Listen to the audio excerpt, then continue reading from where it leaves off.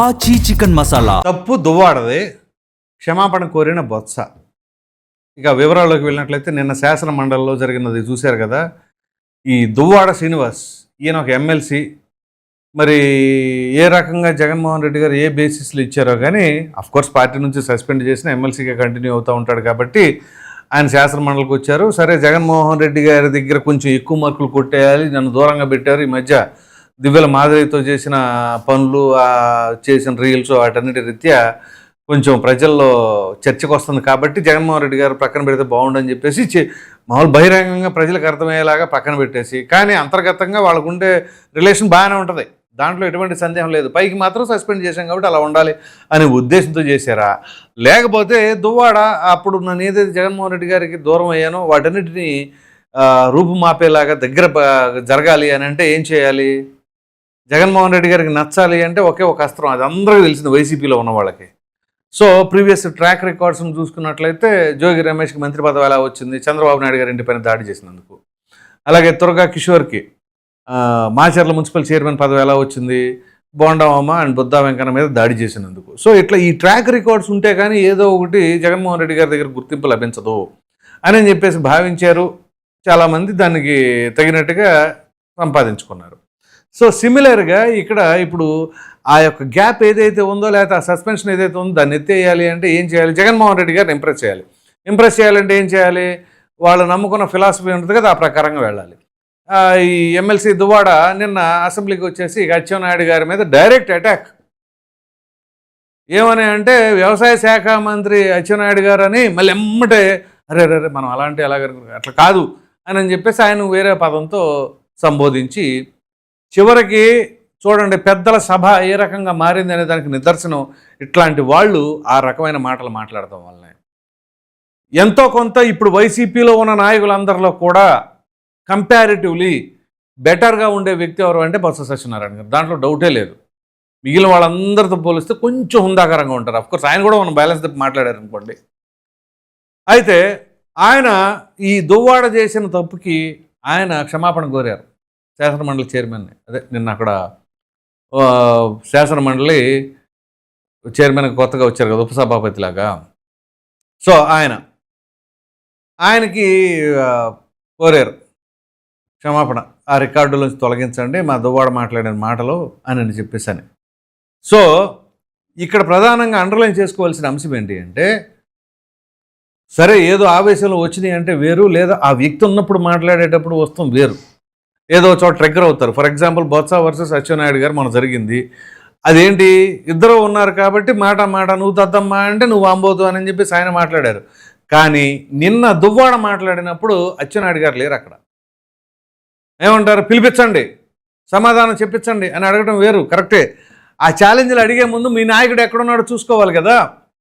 ఒక ప్రక్కన రాజకీయ విశ్లేషకులు కూడా చెప్తున్నారు, శాసనసభలు జరుగుతున్న సమయంలో ఏ ఎమ్మెల్యే కూడా ప్రెస్ మీట్లు పెట్టకూడదు అని చెప్పేసి. సో మరి జగన్మోహన్ రెడ్డి గారు మాత్రం ప్రెస్ మీట్లకే పరిమితం అవుతూ ఉన్నారు. మరి ముందు మీ నాయకుడికి చెప్పండి, అన్నా మనం సభలకు వెళ్ళాల్సిందే లేదా ప్రెస్ మీట్లు ఆపాల్సిందే. అక్కడ వెళ్ళకపోవడం తప్పు, ఇక్కడ పెట్టడం తప్పు, ఈ రెండూ చేశారు. అక్కడ వెళ్ళకపోగా ఇక్కడ ప్రెస్ మీట్లు కూడా పెట్టారు. సో ఈ రకంగా మరి వీళ్ళ గైడ్ లైన్స్ ఎలా ఉన్నాయో, వీళ్ళు ఏం ఫ్రేమ్ చేసుకుంటున్నారో తెలియదు. కానీ మొత్తానికి రాజకీయం అంటే ఏమనుకుంటున్నారు, ఒక పార్టీ అంటే ప్రజా జీవితంతో ప్రజలతో ముడిపడి ఉండాలని కోరుకుంటున్నారా, లేకపోతే మాకు ప్రజలతో సంబంధం లేదు ప్రెస్ మీట్లతోనే మాకు సంబంధం అని చెప్పేసి అనుకుంటున్నారా? ఎంత ప్రెస్ మీట్లో ఓదరగొట్టినా, ఎన్ని మాటలు మాట్లాడినా ప్రజలు నమ్మే పరిస్థితుల్లో ఉన్నారా? దానికి తగిన ఆధారాలు చూపించకపోతే ఎంతసేపటికి చెప్పిందే చెప్పి లేదు పాడిందే పాడి పాస్పళ్ళ దాసుడా అని చెప్పేసి అని అంటారు. ఆ తరహాలో ఇదే ధోరణిలో కొడుతున్నారు. కానీ అసలు ప్రజలకి ఏంటి, ప్రజలు ఫేస్ చేస్తున్నటువంటి ప్రాబ్లమ్స్ ఏంటి, ఆ ప్రాబ్లమ్స్ని మనం ఖచ్చితంగా గవర్నమెంట్ ద్వారా పరిష్కరించేలాగా మనం ఫైట్ చేయాలి అనే ఉద్దేశం ఎక్కడ ఏ నాయకుడిలోనూ కనపడతలా. జగన్మోహన్ రెడ్డి గారు వెళ్ళకపోగా మిగతా 10 మందిని కూడా వెళ్ళని ఇట్లా, లేకపోతే వాళ్ళు కూడా వెళ్ళట్లేదు, మా నాయకుడు వెళ్ళట్లేదు, మేము ఎందుకు వెళ్ళాలి అని భావిస్తున్నారు అనుకోవాలా. సో ఈ రకమైన ధోరణితో ఉంటే రేపు మరలా ఏ ముఖం పెట్టుకొని ప్రజల్లోకి వెళతారు, ఓట్లు ఏమని అడుగుతారు? ఇప్పుడు అంత దాకా ఎందుకు? ఈ స్థానిక సంస్థల ఎన్నికల్లో ఏ ఉద్దేశంతో వెళతారు? వెళ్ళి మాకు ఓటు వేయండి అని చెప్పేసి అడగడానికి సాహసిస్తారా ఎవరైనా? ఎందుకంటే వీళ్ళు ఒక ట్రాక్లో లేరు అసలు. ఏ ఒక్కరు కూడా ప్రజా సమస్యల పట్ల గట్టిగా మాట్లాడతలా. లేని సమస్యలు ఉన్నాయి అన్నట్లుగా డిఎస్సి గురించో లేకపోతే ఈ అమరావతిలో కట్టడాల గురించో మాట్లాడుతూ ఉన్నారు. వీళ్ళు అసలు ఏదైనా కడితే కదా అది ఎంతగా అవుతుంది ఏంటి అని చేసేది, అది తెలిసేది. వీళ్ళు కట్టలేదు కాబట్టి తెలీదు. సిమిలర్గా డిఎస్సికి సంబంధించిన దాంట్లో వీళ్ళు డిఎస్సి నిర్వహించాలా, కానీ ఇక్కడ అవకతవకలు నిర్వహించిన వాళ్ళనే అవకతవకలు జరుగుతున్నాయి అంటారు. కొన్ని వీళ్ళు నిర్వహించి ఇదిగో మేము ఇంత పారదర్శకంగా నిర్వహించాం, మీరు అలా నిర్వహించలేదు ఎందుకని చెప్పేసి అని ప్రశ్నించారా? అది లేదు. వీళ్ళు చేయరు, అవతల వాళ్ళు చేసిన దానికే వాళ్ళు 1,00,000 వంకర పెడుతున్నారు. పోనీ దానికి ఏమైనా ఆధారాలు ఉన్నాయా అంటే ఉండు. పోనీ శాసన మండలిలో మాట్లాడుతున్నారు, శాసన మండలి ఏమైనా సభ ఏమైనా సజావుగా జరగనిస్తున్నారా అంటే అది లేదు.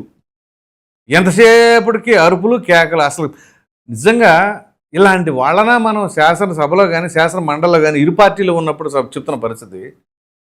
ఆ పార్టీ ఈ పార్టీ అనేది ఏ పార్టీ వాళ్ళైనా సరే అధికార పక్షం ప్రతిపక్షం ఉన్నప్పుడు కానీ ఇక్కడ శాసన మండలిలో ఇరు పక్షాలు ఉన్నప్పుడు కానీ ఏదైనా చర్చకు వచ్చింది అంటే ఒక వ్యక్తి మాట్లాడుతున్నప్పుడు మినిమం కామన్ సెన్స్ ఉండాలి కదా.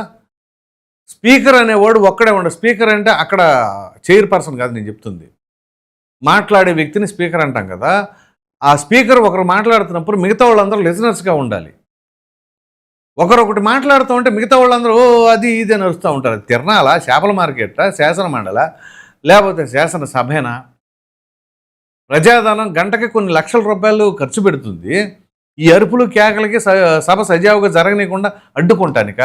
అఫ్కోర్స్ అడ్డుకోవచ్చు ఏదైనా సందర్భం, లేకపోతే ఏదైనా సరే. ఫర్ ఎగ్జాంపుల్ చెప్పాల్సి వస్తే ఉదాహరణకి ఏపీ రాష్ట్ర విభజన ఏ రకంగా చేశారు అనేది విభజన తీరుని నేను చెప్తున్నా. ఆ తీరు మీద అప్పుడు పార్లమెంటు వేదికగా నిరసనలు తెలియజేయచ్చు, దాన్ని ఇచ్చేయచ్చు, అడ్డుకోవచ్చు.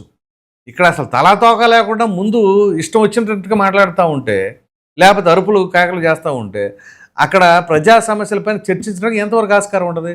ఇప్పుడు ఆ 11 మంది ఎవరైతే వైసీపీ వాళ్ళు ఉన్నారో వాళ్ళ అసెంబ్లీలో లేరు కాబట్టి, మొత్తం ఒకే పక్షం ఉంది కాబట్టి కొన్ని ప్రజలకు అవసరమైన అంశాలు లేవనెత్తున్నారు, వాటికి పరిష్కార మార్గం వైపు చూస్తున్నారు.